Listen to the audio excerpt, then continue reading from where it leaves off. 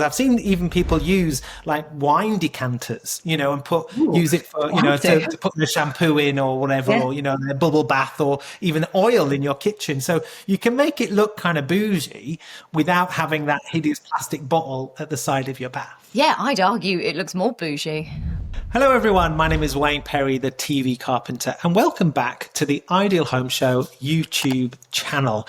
Today, I'm back with a dear friend of mine, Louise Gookey. Now, Louise is an expert on all things sustainability, and also she's passionate about reducing our plastic usage in our home.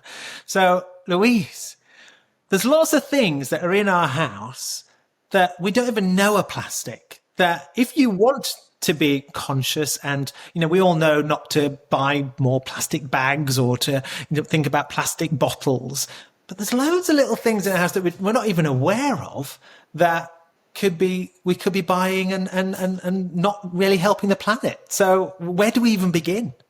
Yes, that is correct, I would say.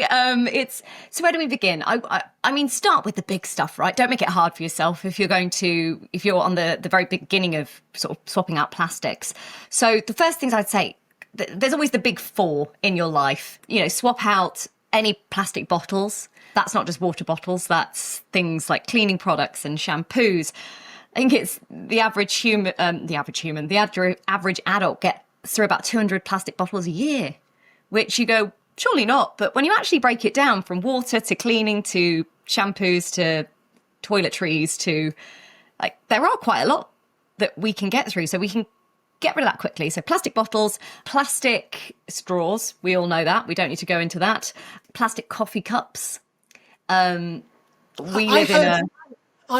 jumping in because I heard even some of the paper cups that we get from some of our coffee stores that has plastic in them, and you can't recycle those, even though you think they're paper.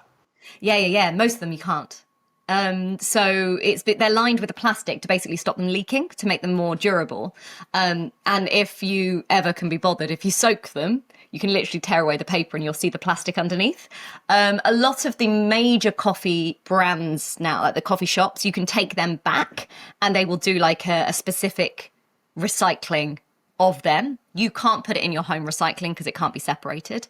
But there are a lot of now compostable coffee cups out there. So just check. So if you're buying from maybe a more local coffee shop, have a little look on the side. It might say compostable or recyclable. And if it is, then that's fantastic. That can go in. But I would say as a rule, assume that your coffee cup can't be recycled unless told otherwise. Wow. Yeah. Any other big tips you said? And then plastic bags, like you mentioned. So they're the big four. And when we focus on things like Plastic Free July, they always sort of say start there. But then, once we've done that, they're quite easy ones to swap out because you can have replacements quite easily. Then go to your kitchen. I will always start two places. I start in the kitchen and I'd start in the bathroom, because they are two big places where we create a lot of plastic waste. I remember once collecting all my plastic. In fact, at the start of my journey myself, trying to figure out where I was having so much plastic, I literally saved it all for a week. Sounds gross. It was. I just didn't throw any plastic away. And I got it all out on the table and I was like, my goodness, okay, so what do I do? It's plastic bags, online shopping, whoops, plastic containers, plastic bottle. It was all the usual things. So there's, in the kitchen, for example, right the way from cling film, get rid of cling film. But we actually just don't need it. There are so many replaceable things you can replace it with. So whether that's beeswax wraps or put it in containers, airtight containers, or just put a plate over it if you're going to eat it later that day or the next day. So there's lots of things, easy things we can swap out there. Plastic chopping boards. It's an interesting one, actually, because I would say with plastic chopping boards, I would replace them just purely because of the microplastics that we chop out of them. But if you've got plastic in the home, don't just chuck everything out. Use it until it's done. At least it's not single use. It's the single use element of it, isn't it? It's plastic wrap, like you say, you can only ever use it once. Whereas a chopping board, it's not ideal, but at least you're going to be using it for at least a year. Absolutely. And I would say that with anything, like use all these things until you can't use them anymore. That's probably the most sustainable thing, is not buying anything, just using what you got. But yeah, other single-use things. So Tupperware. If you're going to the shops, make sure that if you're picking up, instead of putting everything in the plastic bags to then scan them through, just put, you can either, I mean, if you really want to take your own containers, but just put them in the basket and then put them in loose. You don't need to sort of add that plastic that you then just take home, unwrap and put it in the bin. And then I'd move to the bathroom. And actually, I think what you said about single use is a really super, super easy place to start. Like, what is single use? Wet wipes. Like they all contain plastic. I think there's something ridiculous, like it takes 100 years for them to degrade to microplastics and then they don't go anywhere. Like all those little things. So let's swap out the, if you get makeup wipes and things like that, you can get reusable little cotton pads. Shampoos, you can get refillable ones, or you can get ones that are in glass containers. Bars, instead of soaps, you can get literal bars. Then they're not, I remember, I think my gran used to have a soap bar and it was awful. It used to dry out the skin. It was terrible. They're not like that anymore. I promise. You can get even shampoo bars. Whatever you're using that is just like that single use, look at how you can just replace it with something that you can use multiple times, refill.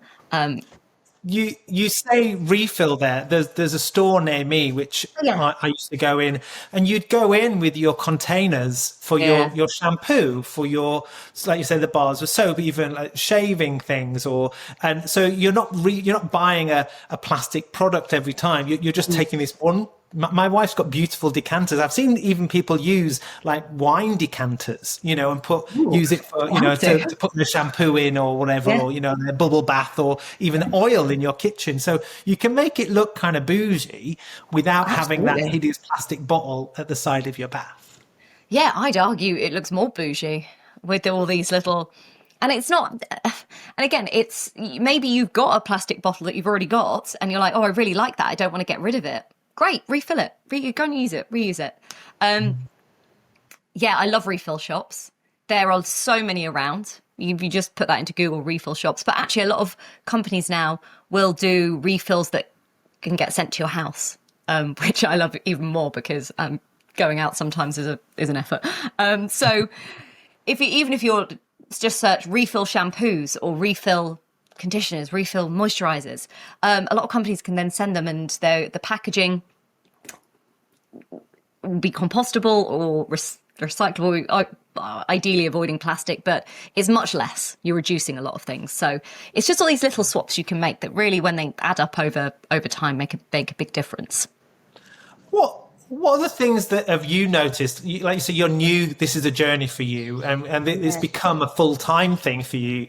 This is what you're known for. What has been the big benefits? What have you noticed any benefits within yourself doing this and being plastic free as possible? Yeah, I mean, on just a very basic level, I am unfortunately that person who does buy coffee out. That money saving. Because I've got my little keep cup now. I've had it and it's a bit of a joke on my Instagram because the keep cup comes with me everywhere. But when I think about the price that was, the amount I've saved in money from using it is insane.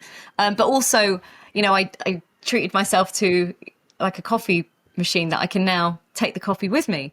So I don't have to, even that's money saving. What else?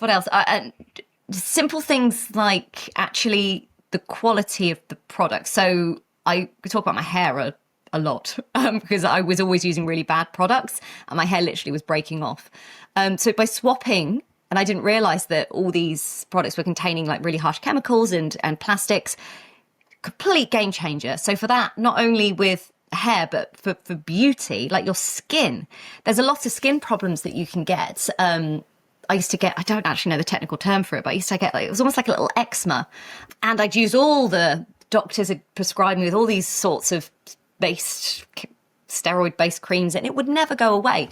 And I swapped to completely natural products, and it was a Soil Association accredited one, so 95% organic in that product, and it cleared it up. Like, it's not perfect, but massive change within my skin. And a lot of allergies and a lot of things like rashes and can be caused by some of these plastics and toxins that are in our products. So if you are suffering from something, that's just my experience. I'm not a doctor. Please don't take that as any advice to run away and start throwing your medicines out. Please don't do that. I do not recommend it. But there's a massive health benefit to it, as well as a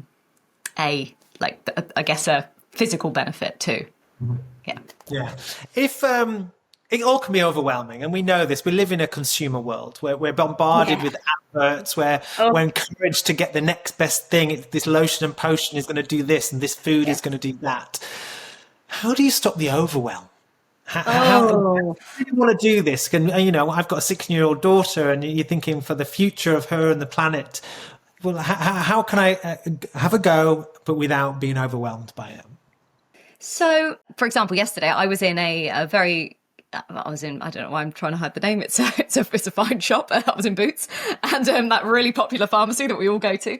And I needed some more moisturizer, and I was looking around, and I don't normally, because I normally do the refills, but I was in there because I was waiting for a train, and I was looking around, and I suddenly had this moment where I looked and I saw that there was masses of options, and that to me was quite overwhelming, because I went, I don't know which one's best.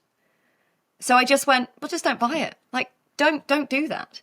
So actually, a lot of a real sort of release of pressure is the fact that you don't, like, not having to make too many choices. It's almost like your choices are smaller, so they're easier to make in a weird way. I don't know whether that makes any sense whatsoever. But if you are looking at, I feel like we've gone from plastics to beauty, but in case we didn't realise, there's lots of plastics within our moisturisers and all these different things. Being able to go, okay, well, I can go on a website and just see a list of brands that I know are really good. I'm just going to use them. Yeah. Completely stops the overwhelm, because you've got maybe 10 choices and you go, great, I'll just use one of those ones. Instead of 50 choices and you go, I don't know which one's good. So, I'd say go and test. Sorry. That is amazing. I think just for all of us, like the whole point of that question was to stop the overwhelm, but just by having that little search engine of what is plastic, sustainable, with the Soil Association, you get a smaller list to just focus your energies on and shop better. Yeah. And and also if you're in the high street and you go, I need something, but go to Holland and Barrett. Like, it's a really small thing, but they're there. Or, there's some B Corp shops as well. And I know there's lots of thoughts and opinions on B Corp, but it's a high standard that people have to meet. You've got like lots of B Corp shops and products that are even in the high street stores that you can look at and go, oh, great, I can see that certification.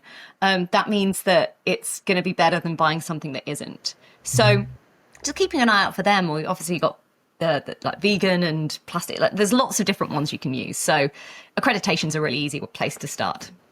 That's amazing. And we're coming to the end now. So I just want to, everything, I say this a lot, we've known each other for years, and just seeing your journey of doing this and being an advocate for this, and seeing how you as a spokesperson for this has just gone from strength to strength. I just want to say thank you for letting and sharing the word out there, letting us all know about it. If people wanted to come and find you and trailblaze with you, what's the best place for them to come and find you? Find me on Instagram. That's probably my easiest route to find me, at Louise Gookey. I do not make it hard for anybody to find me. I'm on most socials except X. I don't use that, or Snapchat, because I'm in my late 30s. But otherwise, you can find me if you just type Louise Gookey in. My website as well is louisegookey.co.uk. Or I work quite closely with Sustainable Fashion Week and the Soil Association. I know I've mentioned them a few times, so you can always head there because they give fantastic advice anyway. So you'll be able to reach me quite easily. And you have a wonderful website, podcast, that you work on as well. So there's lots of really good information. What's the name of the podcast? It's called Reconnection, and it's with Sustainable Fashion Week. So it's mainly about fashion. But sustainability as well. Thank you, Louise. And if you want any more information, don't forget to go into the comments. We'll put some of those links in there, particularly to Louise's website. If you liked it, don't forget to click like and subscribe, and we'll see you next time at the Ideal Home Show YouTube channel.